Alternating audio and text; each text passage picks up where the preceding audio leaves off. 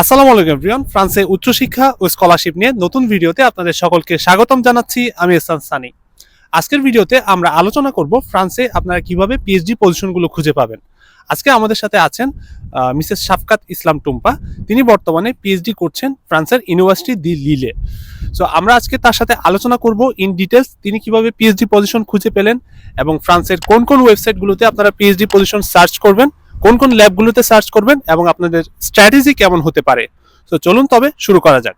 আসসালামু আলাইকুম এভরিওয়ান, আমি শাফকাত ইসলাম টুম্পা। আমি বর্তমানে পিএইচডি করছি হচ্ছে ইউনিভার্সিটি অফ লিলে এবং পাশাপাশি আমি সিএনআরএস এর একটি ল্যাবে রিসার্চার হিসেবে কাজ করছি। প্রায় কিছু অ্যাপ্লিকেন্টের কোশ্চেন থেকে কোন কোন পোর্টালে বা কোন কোন ওয়েবসাইটগুলোতে ফ্রান্সের পিএইচডি পজিশনগুলো পাওয়া যায়? ফ্রান্সের পিএইচডি পজিশনগুলো খোঁজার কিছু সেন্ট্রাল প্ল্যাটফর্ম হচ্ছে edum.fr, দেন হচ্ছে আপনার ইউরো এক্সেসেও আপনারা খুঁজতে পারবেন। তাছাড়া আরও আছে হচ্ছে এবিজি অ্যাসোসিয়েশন, তারপর আরও কিছু সেন্ট্রাল পোর্টাল আছে, সেটা হচ্ছে যে আপনারা সিএনআরএস এর ডিরেক্ট এমপ্লয়ি যে পোর্টাল আছে ওখানেও আপনারা অনেক পিএইচডি খুঁজে দেখতে পারেন আর কি। এর পাশাপাশি আপনাদের নিজ নিজ ডোমেন অনুযায়ী পিএইচডি পজিশন খুঁজে পেতে ঘুরে আসতে পারেন ক্যাম্পাস ফ্রান্সের ডক্টরাল ওয়েবসাইটটি।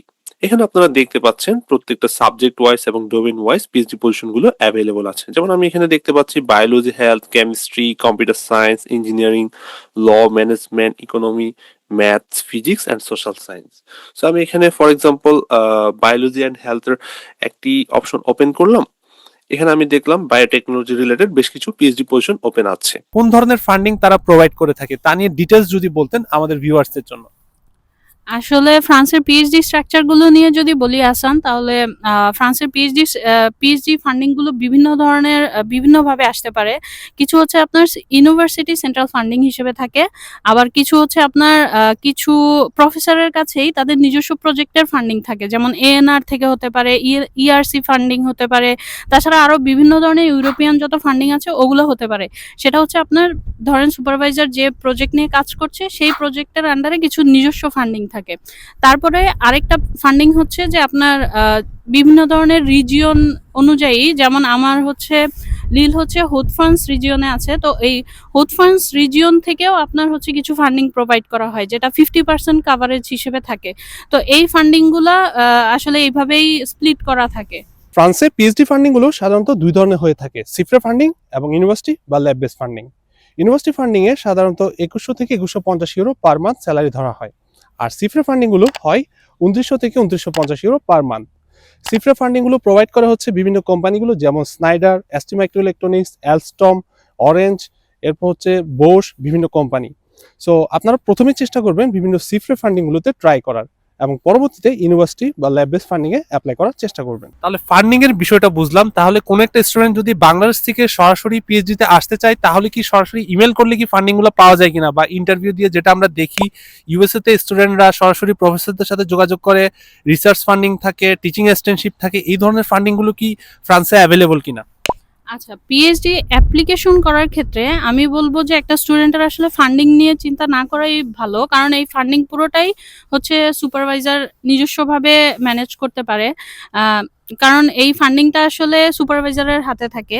সে যদি কোনো ইকুয়াল ডক্টরালের সাথে ইনক্লুডেড থাকে তাহলে সেটা ডক্টরাল স্কুল থেকে প্রোভাইড করে। তো যখন কোনো স্টুডেন্ট আপনার হচ্ছে বাংলাদেশ থেকে পিএইচডির জন্য অ্যাপ্লাই করবে বা প্রফেসরদের রিচ করবে, তো সেক্ষেত্রে হচ্ছে আপনার সরাসরি প্রফেসরদেরকে ইমেইল করতে হবে। এখন তারা কিভাবে প্রফেসরদের ইমেইল করতে পারে সেটা হচ্ছে যে আমি একটু আগেই যে প্ল্যাটফর্মগুলো বললাম সেখানে আপনার ওরা থিসিস টপিকগুলো একদম স্পেসিফিকভাবে লিখে দেওয়া থাকে। তো এই টপিকগুলোতেই আপনার হচ্ছে যে এই টপিকগুলোর উপরেই আপনাকে স্পেসিফিক্যালি একটা মোটিভেশন লেটার লিখতে হবে। দেন প্রফেসরদেরকে মোটিভেশন লেটার প্লাস আপনার সিভি, যদি আপনার অনলাইনে পোর্টফোলিও থাকে সেই পোর্টফোলিও, কারো যদি কোনো ওয়েবসাইট থাকে সেই ওয়েবসাইটের ডিটেলস সহ সব কিছু সহ প্রফেসরদেরকে রিচ করতে হবে। তো এই রিচ করার প্রসিডিউরটা আসলে ওভারঅল আমরা অন্যান্য দেশে যেভাবে রিচ করি এখানেও তেমন, জাস্ট হচ্ছে আপনাকে স্পেসিফিকভাবে থিসিস টপিকগুলো খুঁজে বের করতে হবে। এটাই হচ্ছে মেইন প্রসিডিউর আর কি ফ্রান্সে অ্যাপ্লাই করার। সো এবার আমরা চলে যাচ্ছি ডোমেন অনুযায়ী আপনারা পিএইচডি পজিশনগুলো কিভাবে খুঁজে পাবেন, অর্থাৎ যার যার ডোমেন অনুযায়ী কোন কোন ল্যাবগুলোতে আপনারা পিএইচডি পজিশন খুঁজবেন এবং স্ট্র্যাটেজিটা কেমন হতে পারে শাফকাত ইসলামের ব্যাকগ্রাউন্ড যেহেতু ইঞ্জিনিয়ারিং, তিনি প্রথমেই ইলেকট্রনিক্স ইঞ্জিনিয়ারিং নিয়ে ল্যাবগুলো সম্পর্কে বলবেন এবং এর পরবর্তীতে আমরা অন্যান্য ব্যাকগ্রাউন্ড নিয়েও আলোচনা করব। সো আমরা তার কাছে চলে যাচ্ছি তার অভিজ্ঞতা নিয়ে। আচ্ছা, ইঞ্জিনিয়ারিং নিয়ে আসলে যে ল্যাবগুলো কাজ করে ফ্রান্সে, সেটা হচ্ছে যে প্রথমে আপনি ইউনিভার্সিটি গ্রেনোবল আলপসে দেখতে পারবেন। ইউনিভার্সিটি গ্রেনোবল আলপসে বেশ কয়েকটা ল্যাব আছে। হ্যাঁ, বেশ কয়েকটা ল্যাব আছে। আমি যদি নাম বলি, G2E ল্যাব, দেন হচ্ছে জিপসা ল্যাব, তারপরে হচ্ছে আপনার ক্রোমা ল্যাব, সিএ লেটি, তারপরে টিমা, এগুলো হচ্ছে সবগুলো গ্রেনোবলে আছে। আরো বেশ কয়েকটা ল্যাব আছে। হ্যাঁ, প্যারিস সেকলেতেও বেশ কিছু ল্যাব আছে, C2N। দেন হচ্ছে যে আপনার টেলিকম প্যারিস সুদেও কিছু ল্যাব আছে। তারপরে আপনার লিলে যদি বলি, লিলে হচ্ছে আপনার IMN আছে, ইরসিকা আছে। তারপরে ফটোনিক্স এর জন্য স্পেশালাইজ অপটিক্যালের জন্য একটা ল্যাব আছে।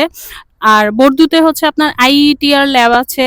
টুলুসের দিকে, হ্যাঁ, মার্সেতেও কিছু আছে। তারপরে হচ্ছে আপনার টুলুসেও আছে, টুলুসে লাস সিএনআরএস, ওই ল্যাবগুলো আছে। তা এছাড়াও এরকম বিভিন্ন, হ্যাঁ, এরকম অসংখ্য ল্যাব আছে সিএনআরএস এর, আপনার আন্ডারে সিএনআরএস এর অন্তর্ভুক্ত অনেক ধরনের, মানে বিভিন্ন ল্যাব আছে আর কি। ধরুন আপনি একটি পিএইচডি পজিশন খুঁজে পেলেন এবং সার্কুলার অনুযায়ী আপনি রিকোয়ারমেন্টগুলো সবগুলো ফুলফিল করছেন।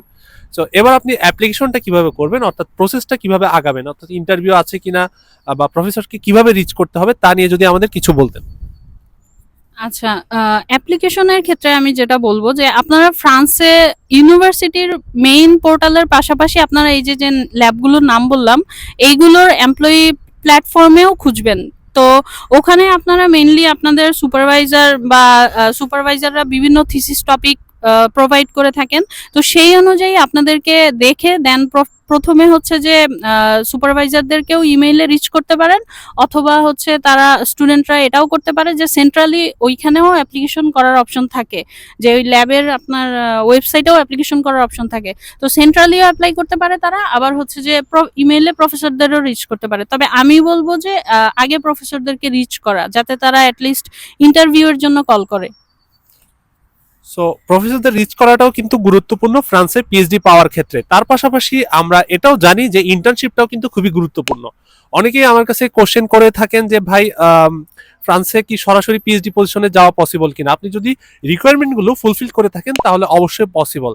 আর যদি রিকোয়ারমেন্ট ফুলফিল না করে থাকেন, অর্থাৎ আপনার স্কিল সেটে যদি ঘাটতি থেকে থাকে, তবে আমি সাজেশন দিয়ে থাকি সাধারণত এখানে এসে একটি মাস্টার্স করার জন্য।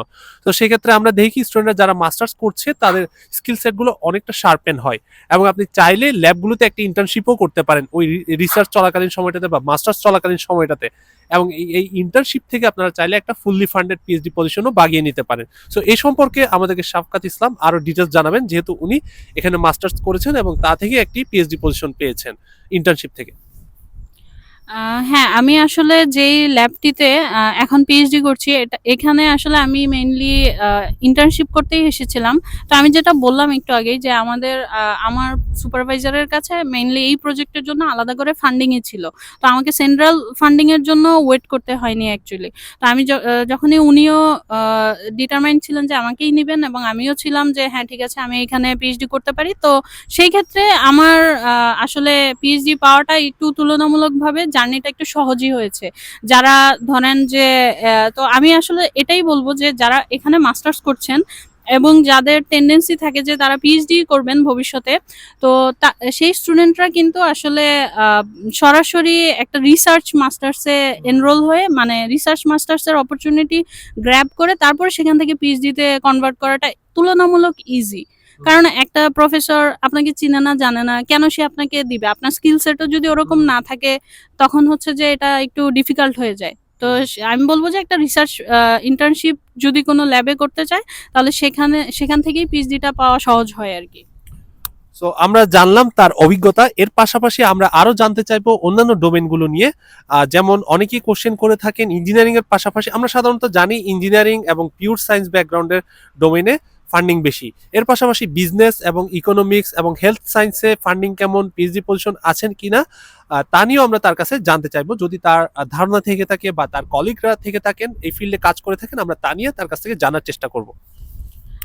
আসলে বিজনেস ব্যাকগ্রাউন্ডে আমি যেটা বলবো যে ফ্রান্সে হচ্ছে আপনার বিজনেস ব্যাকগ্রাউন্ডেও আপনার এআই বিগ ডেটা অ্যানালাইসিস এই জিনিসগুলো চলে এসেছে।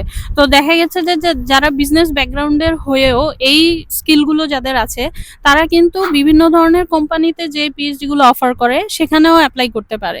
তো দেখা গেছে যে যদিও বিজনেসের জন্য পিএইচডি অপরচুনিটিটা একটু একটু শ্রিঙ্ক, তবে হচ্ছে যে আপনার এই স্কিল সেট গুলো যদি থাকে তারা অ্যাপ্লাই করতে পারে যদি কোনো টপিক খুঁজে পায় আর কি।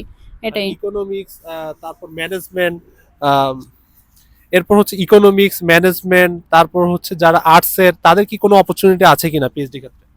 আহ, হ্যাঁ, ইকোনমিক্সে আছে অবশ্যই। ইকোনমিক্সে আপনার বিভিন্ন প্যারিসে আপনার কিন্তু হ্যাঁ হ্যাঁ প্যারিস স্কুল অফ ইকোনমিক্স আছে, এইচএসসি ইকোনমিক্স, এরকম অনেক ইকোনমিক্সের মানে খুব ভালো ভালো স্কুল আছে। তো সেইগুলোতেও কিন্তু আপনার মাস্টার্স শেষ করে পিএইচডি অপরচুনিটি পাওয়া যায়। তো সেই ক্ষেত্রে আমি বলবো যে যারা ওইসব স্কুলগুলোতে ইকোনমিক্সে মাস্টার্স করতে আসবেন তারা অবশ্যই আপনারা অপরচুনিটি গুলো হচ্ছে যে এক্সপ্লোর করে দেখবেন। এবার চলে যাই আরেকটি কোর টপিকসে, অর্থাৎ এখানের পিএইচডি স্ট্রাকচারটা আসলে কেমন, পিএইচডি কয় বছরে হয়ে থাকে, এখানে ফান্ডিংটা কেমন হয়ে থাকে, সোশ্যাল সিকিউরিটি কভার করে কিনা, কিংবা এটি কি ফুল টাইম জব নাকি এখানে কোর্স ওয়ার্ক আছে, তা নিয়ে উনি ডিটেলস শেয়ার করবেন আমাদের সাথে।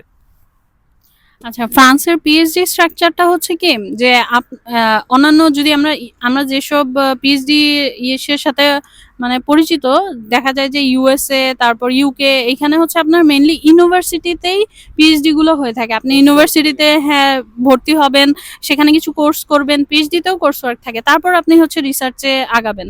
কিন্তু ফ্রান্সের বিষয়টা হচ্ছে আপনাকে একদম পিএইচডি প্রথম বছর থেকেই রিসার্চের সাথে ইয়ে করা হবে, হ্যাঁ রিসার্চের সাথে ইনভলভ করা হবে। হ্যাঁ, এটা হচ্ছে যে কাইন্ড অফ জবের মতোই, কারণ আপনি সব ধরনের সুযোগ সুবিধা আপনি জবের মতোই পাচ্ছেন। তো এখানে আপনার প্রথমে হচ্ছে এখানে ইভেন আপনাকে পার মান্থ স্যালারিও প্রোভাইড করা হবে। এটা কিন্তু স্টাইপেন্ড না। অন্যান্য দেশে কিন্তু এটা স্টাইপেন্ড হিসেবে কাউন্ট হয়, কিন্তু ফ্রান্সে কিন্তু এটা স্যালারি হিসেবে কাউন্ট হয়। তো হ্যাঁ অবশ্যই ট্যাক্স তো অবশ্যই দিতে হবে। তো দেখা গেছে যে আপনার সাধারণত স্যালারি পিএইচডি স্যালারিটা ফার্স্ট ইয়ারে যেটা থাকে 2100 2150 মতো সিএনআরএস এর যে ল্যাবগুলো আছে তারা প্রোভাইড করে থাকে। আচ্ছা, আরেকটা জিনিস হচ্ছে কোর্স ওয়ার্কের ব্যাপারে যদি বলি, এখানে হচ্ছে আপনার পিএইচডি ভ্যালিডেশনের জন্য আপনি যে ইউনিভার্সিটিতে এনরোল থাকবেন সেই ইউনিভার্সিটির আন্ডারে আপনাকে হচ্ছে 60 ইসিটিএস করতে হয়, 3 বছরে 60 ইসিটিএস করতে হয়। কিন্তু না, এইগুলোতে আপনার কোনো এক্সাম থাকে না, জাস্ট হচ্ছে কোর্সগুলো করে কোর্সের সার্টিফিকেট গুলো প্রোভাইড করলেই হয়। তাছাড়া পিএইচডির যে ইকুয়াল ডক্টরাল স্কুলগুলো আছে ওরাও আপনার বিভিন্ন ধরনের কোর্স প্রোভাইড করে থাকে। তো ওদের আন্ডারে কোর্স করলে আপনাকে কোনো সার্টিফিকেটও প্রোভাইড করতে হয় না, জাস্ট অ্যাটেন্ডেন্স ওরা কাউন্ট করবে অ্যান্ড দেন হচ্ছে আপনার ওটা অটোমেটিক ইসিটিএস এ যোগ হয়ে যাবে। তো 3 বছরে টোটাল 60 ইসিটিএস করতে হয়। কিন্তু এটা হচ্ছে আপনার ওই রিসার্চের পাশাপাশি করতে হবে। আপনাকে 5 দিন সপ্তাহে হচ্ছে যে ল্যাবে কাজ করতে হবে। দেন হচ্ছে এটার পাশাপাশি আপনি চাইলে অনলাইনেও কোর্স করে ওই সার্টিফিকেট প্রোভাইড করেও আপনি ইসিটিএস ভ্যালিড করতে পারবেন আর কি। অনেকেরই কোশ্চেন থাকে ফ্যামিলি নিয়ে আসা যায় কিনা পিএইচডি তে, বা প্রসিডিউর কি কি, তা নিয়ে যদি কোনো অভিজ্ঞতা বা কোনো নলেজ শেয়ার করতে। পিএইচডি তে আপনি অবশ্যই ফ্যামিলি নিয়ে চলে আসতে পারবেন। দেশ থেকে যারা হচ্ছে যে পিএইচডি তে অ্যাপ্লাই করবে এবং পিএইচডি একটি ফুললি ফান্ডেড পিএইচডি গ্র্যাব করতে পারবে, তারা কিন্তু চাইলে তাদের ফুল ফ্যামিলি নিয়েই ফ্রান্সে ফ্লাই করতে পারবে এবং একসাথেই।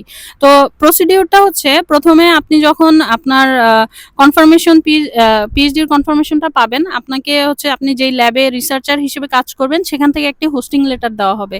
তো সেই হোস্টিং লেটার দিয়ে আপনি সরাসরি ইমেইল করতে পারেন হচ্ছে বাংলাদেশের ফ্রেঞ্চ এম্বাসিকে, অথবা আপনি ক্যাম্পাস ফ্রান্সেও ইমেল করতে পারেন যে কি করবে না করবে। তবে আমি যেটা জানি যে ক্যাম্পাস ফ্রান্সে নর্মালি পিএইচডি স্টুডেন্টদেরকে এনরোল করতে হয় না বা রেজিস্ট্রেশন করতে হয় না, তারা সরাসরি এম্বাসিকে ইমেইল করে একটা হচ্ছে যে ইন্টারভিউ ডেট নিয়ে দেন হচ্ছে ইয়ে করতে পারে যে ইন্টারভিউ ফেস করতে পারে। তো সেখানে আপনি ফুল ফ্যামিলি সহই ওরা ইন্টারভিউ স্লট দিয়ে থাকে। হ্যাঁ, ফুল ফ্যামিলি সহই ইন্টারভিউ স্লট দিয়ে থাকে ওরা। সেই অনুযায়ী হচ্ছে ডকুমেন্ট প্রোভাইড করে আপনারা হচ্ছে সরাসরি এম্বাসির সাথে যোগাযোগ করে আসতে পারবেন, অথবা চাইলে ক্যাম্পাস ফ্রান্সের সাথেও যোগাযোগ করে বাকি প্রসিডিউর গুলো ফলো করে আসতে পারবেন। সো আমরা এখন পর্যন্ত বেশ কিছু টপিক নিয়ে আলোচনা করলাম যা সবসময় অ্যাপ্লিকেন্টদের কাছ থেকে পেয়ে থাকি। যে আমরা আলোচনা করলাম কিভাবে অ্যাপ্লাই করতে হবে, কিভাবে ইউনিভার্সিটির ল্যাবগুলো খুঁজে বের করতে হবে, কিভাবে ফান্ডিং গুলো ম্যানেজ করতে হবে। এখন সব থেকে যে গুরুত্বপূর্ণ কোশ্চেনটি তা হচ্ছে ইন্টারভিউ, অর্থাৎ প্রফেসরের ইন্টারভিউগুলো কেমন হয়ে থাকে এবং কি কি কোশ্চেন করে থাকে তা নিয়ে আমরা জানার চেষ্টা করব। ইন্টারভিউর সময় আসলে সিভি, মোটিভেশন লেটার এগুলো থেকেই আপনার মেইনলি কোশ্চেন করা হয়, এবং টপিক অনুযায়ী যে আপনি এই টপিকের ওভারভিউ পড়ে আসলে কি বুঝতে পারছেন, তখন আসলে টিচাররাও মানে সুপারভাইজাররাও আপনাদেরকে বলবে যে আমি আসলে এই জিনিসে কাজ করতে চাচ্ছি।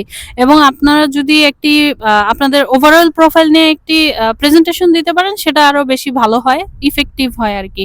মেইনলি আপনার skill set, CV, motivation letter, overall সবকিছু এগুলো নিয়েই কোশ্চেন করবে। আর আপনার মাস্টার্সের থিসিস বা পেপার পাবলিকেশন যদি কিছু থাকে সেগুলো নিয়েও কোশ্চেন করতে পারে আর কি।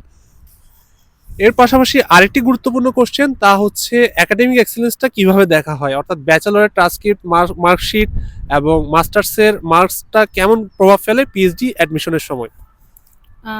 পিএইচডি অ্যাডমিশনের সময় আসলে মাস্টার্সের রেজাল্টটা খুবই গুরুত্বপূর্ণ হয়, কারণ হচ্ছে আপনার মাস্টার্সের থিসিস, দেন হচ্ছে ওভারঅল রেজাল্ট, সবকিছু মিলিয়েই আসলে প্রোফাইলটাকে ইভ্যালুয়েট করা হয়। তো মাস্টার্সে আমি যদি বলি, ফ্রেঞ্চ কারিকুলামে আপনার হচ্ছে যে মিনিমাম 14 থেকে শুরু হয়, কারণ 13 এখন অনেক কম্পিটিটিভ হয়ে গেছে, যে 13 দিয়েও মানে 13 আউট অফ 20 খুবই কম্পিটিটিভ পিএইচডি।